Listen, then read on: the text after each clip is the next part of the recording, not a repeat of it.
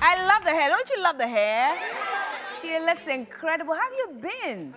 We have missed you. Eno Barony, mother of rap. You started from King of Queens. That was quite controversial because it looked as if you were calling all the rappers in Ghana queens. So more like they were female. Now you're saying you're the mother of rap. Yeah. How did you come up with this one too? Actually, I don't name myself. It's my fans. Like my fans, they just. Oh, they are the ones calling you mother of rap. Yeah, and you are accepting it. Yeah. Are you the mother of rap? Sure, in Africa. In Africa? Yeah. Not even just Ghana, Africa. I aim high so that if I'm falling, I won't fall like low. Of course, that's important. But even in aiming high, sometimes, you know, there are days when you feel like, Charlie, am I doing enough? Am I not doing enough? How do you manage those days?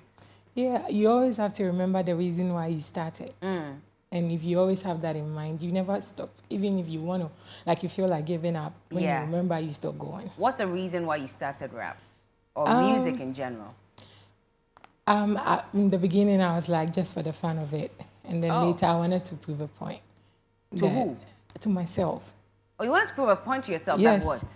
Yeah, I always felt like there are some things that I cannot do because people always were like, oh, Ashayama girl, oh, Kumasi girl, oh, you are too fat, oh, you are too this. So it's like, it was bringing me down until that point where I felt like I have to prove it to myself that I can do this. What statement exactly? Was it the fact that we call you an Ashaman girl? Or I've always been odd. Like, everything I do, I'm odd. Like what? I find myself in school in Tema, that Ashama girl. I go to Kumasi, that Tema girl. So it's like you never fit? Yeah, I come and I'm doing rap in Ghana. Oh, she's a Kumasi girl. It's like me, I'm something all the time. Yeah, understand? And that wasn't good for that you? Fat girl. Yeah, understand? Did it really it's get like to you when all they the called time. you fat? Yeah, it was because every time somebody says something, you are human. It's going to get to you at some point until you tell yourself that, no, you're bigger than your problems. How did you get to that point to know that, you know what, regardless of what the naysayers say, I still know I'm the queen? When I started seeing people who are like, excuse me, say like plus size more than me, saying, oh, you're my icon. I was like, me? I am an icon. Oh, they were coming to you to say that to you? Yeah, I have videos. I remember some years back, I have videos of people who, like, they send me and they're crying. And they're like, you made me, like, feel like I'm beautiful. You wow. know? Yeah. And I was like, I didn't know I had audience, like, at that time. I didn't know. So it's like, wow, me, I have people who look up to me. Then I don't have to give up. Because if I give up, I'm letting those people down. Yeah, definitely. Yeah. And here you are. You never give up in rap. Now, rap is a male-dominated space. Yeah. So, you know, even in the US, as much as we have the Nicki Minaj's and stuff, you can see that they're rubbing shoulders with the guys, and the guys are not allowing them. At all. For you, how easy or difficult has it been? Because there've been a lot of, you know, controversies. Beef here, beef there. You have to respond, and everybody, you know, just goes haywire because of the response that you give. How have you managed to keep your head up? Me, my situation is different from every female rapper I've ever heard of in the world. How so? Because Nicki Minaj is being Nicki Minaj, working with the guys, you know. But as for me, the girls are like, and the guys are also on me. Like the girls are not allowing you to be? No, but the girls, when they come, and when every girl comes, they throw shots like, we've got a competition for Eno Barony. Yeah. When a guy is rapping, I'm sitting at my somewhere, they'll be like, yeah, you know, battle this guy. Yeah. Like me alone, like all the genders are hated on me. Is that not a good thing? Does it not mean then that you are good? And so, you know, they always come for the best. Yeah, sure. And I mean, so, yeah. Even if there's a fruit on a tree, if the fruit is not nice, nobody will throw stones at that fruit. So I understand it, you know. That's a great analogy. Now, for you, even before rap, you have said that you wanted to be a journalist. Yeah. You did? Yeah. I mean, when I was a kid, my mom loved Gifty Auntie. Okay. And so my mom always made me watch like Gifty Auntie. So I just loved the name journalist when I didn't even know the meaning. And I kept saying, what do you want to be in future? I'll shout journalist. Yeah. That's all I knew till, I mean, when I was growing up, I kept saying, oh, I'll be a journalist. Then I found myself in SHSD in visual arts. But it still didn't kill the dream, did it? Yeah, but it got to a point, I'm that child that I got to that limit and it's like, I don't know what I'll be in future. You didn't know? Yeah.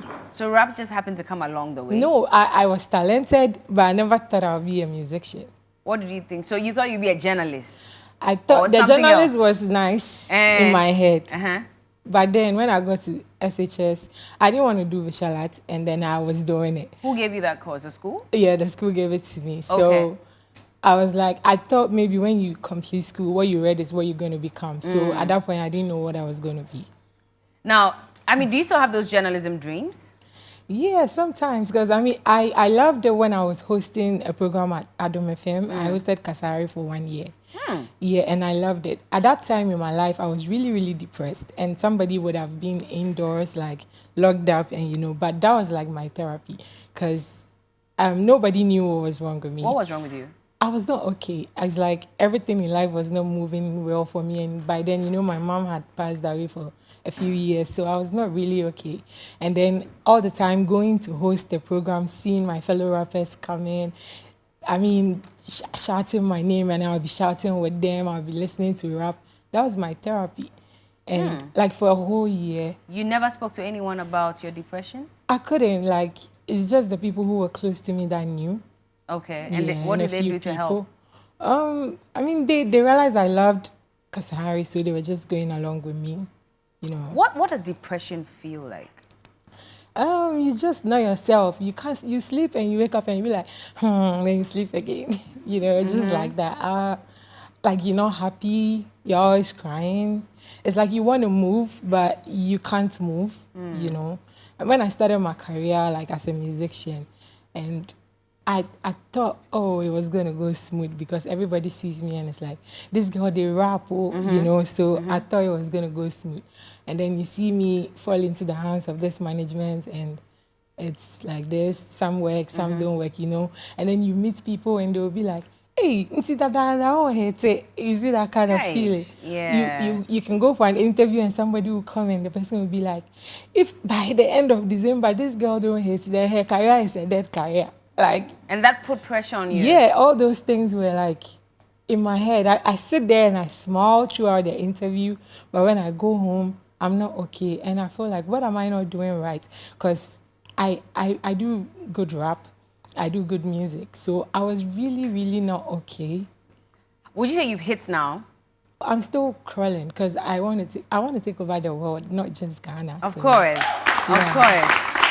But has beef helped elevate your brand a bit more? I think beef is something that hip-hop culture cannot do away with. Okay. But if it's healthy, it's cool. If it's unhealthy... How do you determine if it's healthy or not? Because beef, I mean, you have to go into the gutters to get your fans. I understand beef. Okay. Because I started on the streets with rap. You know, Ashaiman, Tema... Shout out to Yapono. You understand? Those are the guys who raised me. Stage A, Yapono. Okay. And seeing us in the studio as a little girl, you see them battling each other. And you see this my rap that I'm doing, I'll rap, and then they'll look at me and say, didn't do anything. Oh. You understand? So it's like, I always had to go hard. I never wanted to even rap like a girl. So it's like, I have never done anything with girls my whole life. I went to Kumasi and I fell in the hands of guys. 12 guys, I battled with them and I was second. So would you say that beef between you and Medica was really like child's play? I've not had a beef with... Is it Medica? I've actually not had a beef with anybody in the industry. No? You know? That was just playing. It was just some lyrical What happened between you and Medica was just a joke? Oh, it's just a lyrical something back and forth. But people took it serious though. And they said you murdered him, like you made him feel like he was not a good rapper at all. I haven't beefed yet. You haven't beefed yet? Yes. So what we saw is what? Normal. Hey!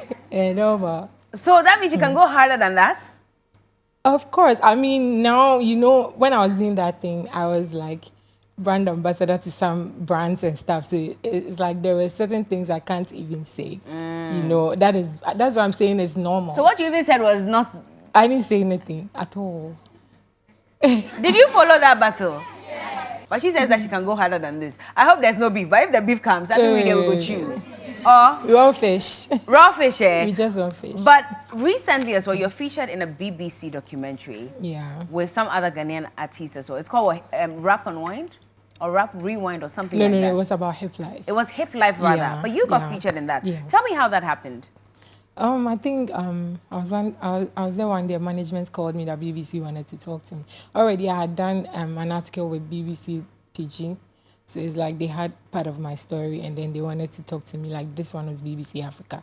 So I got there, and this white lady was like, "I want to know about the role you play in hip life and stuff, because people are always mentioning your name, you know." And so I was like, "Okay." And I gave my part of the hip life story. How did it feel hearing from someone who doesn't live in this part of the world saying that she's heard people talk about you? And I feel like I'm on course because it was to conquer, the dream was to conquer Ashaiman, and I did, and I conquered Tema. And the dream was to conquer Kumasi, to conquer Ghana, to conquer Africa, and now white people are chasing me, so we are on course. So you're on course, you're on course. What is the end goal for you? What really is the plan? You have said that you want to go global. Yeah. But what's that one feature that you're looking for that will cement your position on the global front? I think you might feature somebody and still the song no go blow. I'm not actually looking for a feature that will take me there. No rapper out there? If I get a rapper out there, I'm like cool, who? but I'm waiting for Kanye West, you know. You want to feature Kanye West?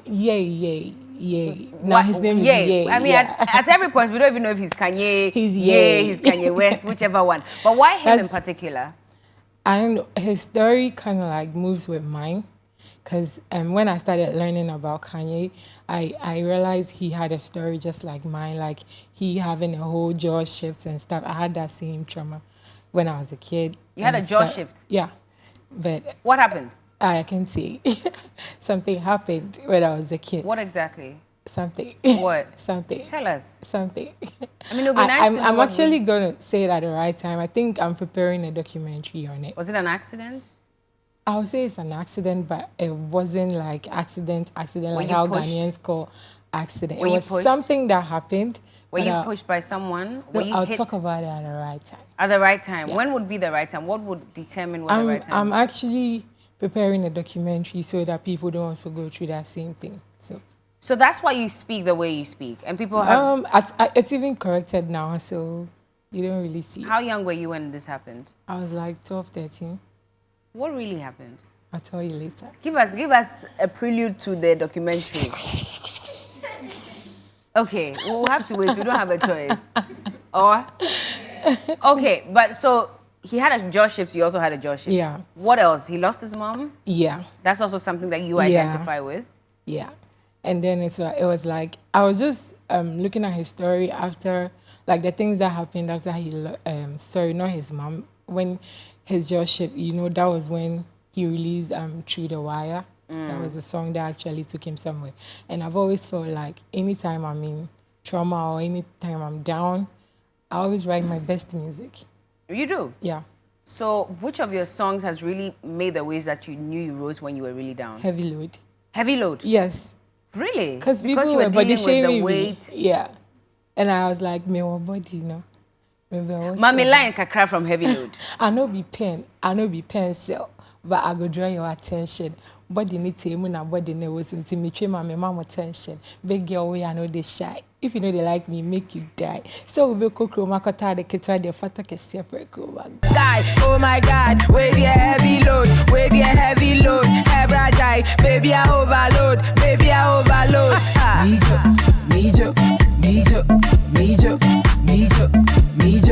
Need you. Follow me like a robot. Need you.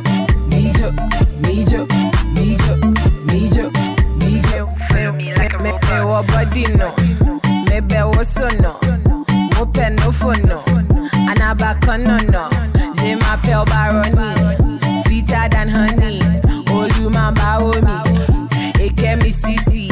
When I say follow me, when I say do like this, when I say poo. Yeah. Need you. Follow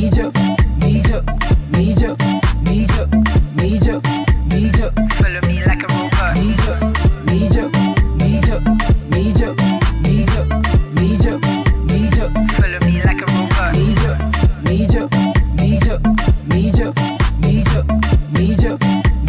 Follow me like a robot. Need you. Follow me like a robot. Need